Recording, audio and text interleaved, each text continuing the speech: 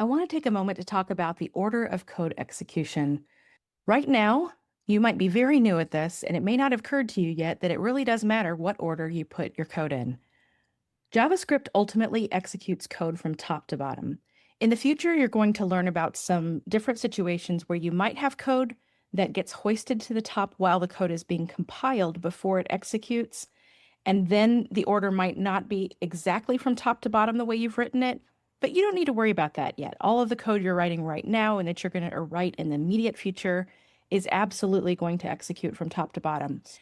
And that's very important for you to keep in mind while you're busy problem solving and thinking about lots of other things as you're learning. So let's just see this in action. I can run this code as it is. I'm already in the directory. I'll just say node demo.js. And we see that we get an error. Let me open this up a little bit.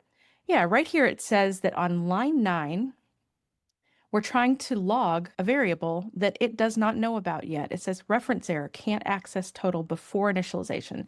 So it recognizes that you may have initialized it, but it hasn't been done yet. So these are out of order. We need to switch them.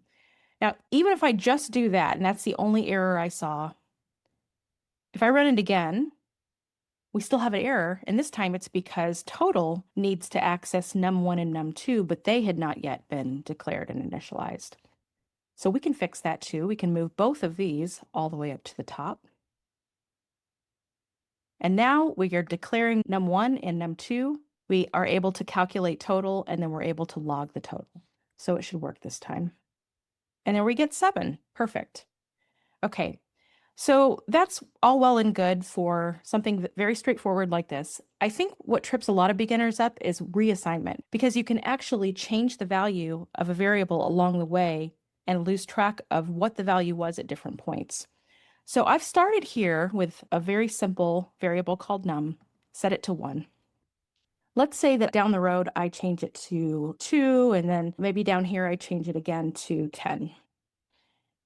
I can write a console.log statement and get the value of num at the very end of that, and you might guess that the value is going to be 10. And that is correct. If we were to move this where it was between 2 and 10, it's definitely not going to be 10 because it hasn't been changed to 10 yet, so we're going to see that it's only 2.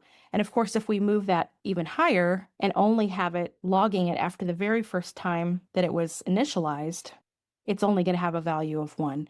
So just keep that in mind as you are writing your programs and problem solving, that you have to pay attention to what order their code's running in, or the values might not always be what you think they are.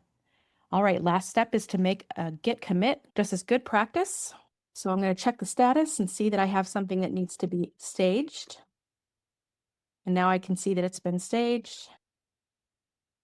I'll add my message. And there we are.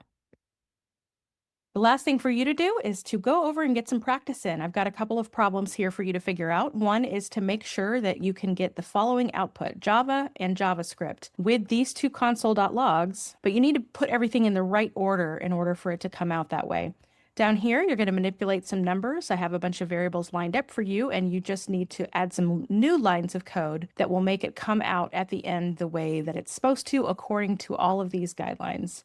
That's it. I will see you in the next one.